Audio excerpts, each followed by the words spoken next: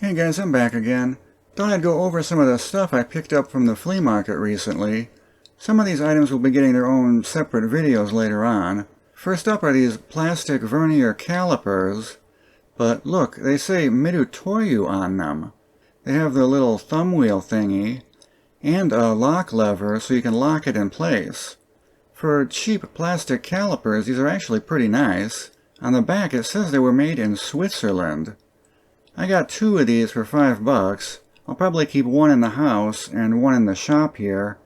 A lot of times you don't want to mess up your good calipers when you're measuring something dirty. These should be great for that. Then we got these guys. I gotta figure out what these are. Well, I know what they are. They're snap ring pliers. But it says here they're from the Waldes Truarc company, which I've never heard of before. It also says patent pending. So I'll need to research these some more and see if they ever got a patent for them. Then I grabbed this little rolling head pry bar for $1. It's hard to find good pry bars like this anymore. This one's an OTC, so it's a pretty good brand. I think this was well worth it for $1. The tip here is boogered up, but I can fix that on a grinder. Same here for the prying edge. I'll just touch that up with a file. I've also been on the lookout for more unusual vice grips. I found these Craftsman ones for $2 each. I got this guy because he's so small. It's only around 5 inches long. Also, check out the release lever. These have the Euro-style release levers on them, like on the Nipex and grip-on pliers. I don't think I've ever seen other USA-made pliers with that style of release lever. Once I figure out who made these, I'll be sure to do a full video on them. I got the little one and the big one. They both appear to be in pretty good shape.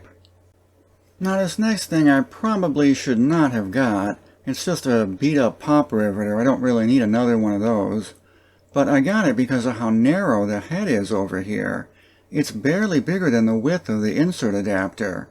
And it's still got the other size adapter with it too.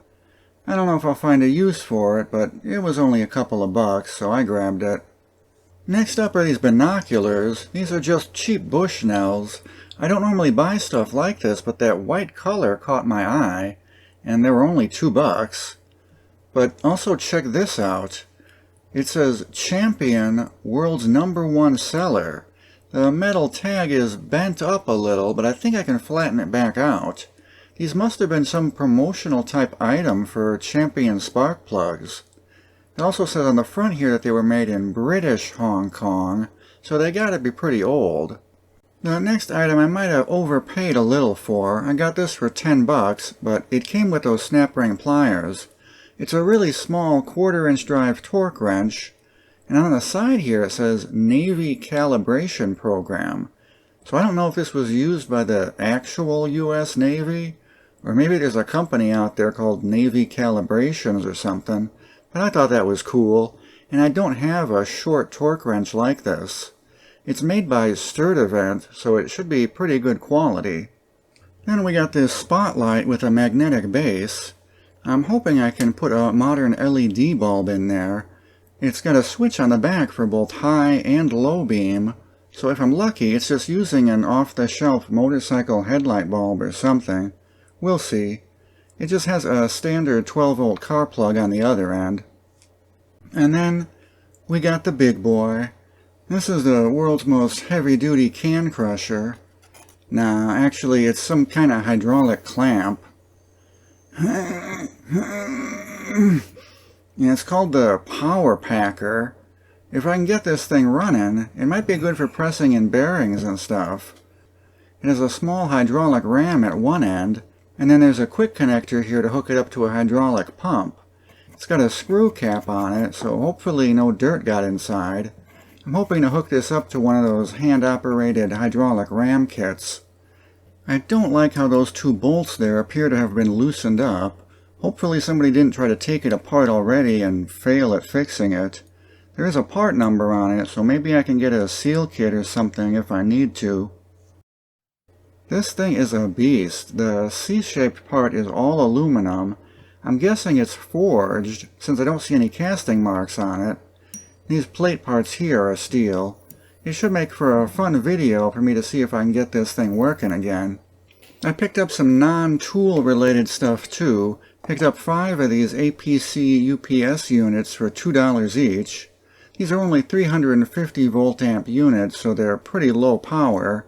And I'm sure the batteries in them are dead, but it looks like I could fit a larger battery in there and up the power reserve. That might be something I'll tackle for a video on the second channel. I paid $10 for this guy. It's an early Sony Mavica camera from the late 90s. But check this out. It has a floppy drive in it. Yeah, this camera would write pictures directly to a floppy disk. So I'll have to try and read that disk and see what's on there. This thing's in really good shape. It still has a lot of the original stickers on it too. I needed to pick up some batteries for my flashlight, and I found this one. Now it's actually a trash can. There's some rust inside and some pinholes on the bottom, but the outside is in pretty good shape. He had $17 on it. I got it for $15. I probably should have offered $10 or $12, but I think it's worth the $15. I'll spray the inside down with fluid film and then stick it up on a shelf in my shop. One of the problems with going to the flea market is sometimes you pick up too much stuff for yourself and not enough to resell. Ideally, you want to buy some stuff to resell and make your money back. I was hoping that Sony Mavica would be worth something, but there's a ton of them on eBay.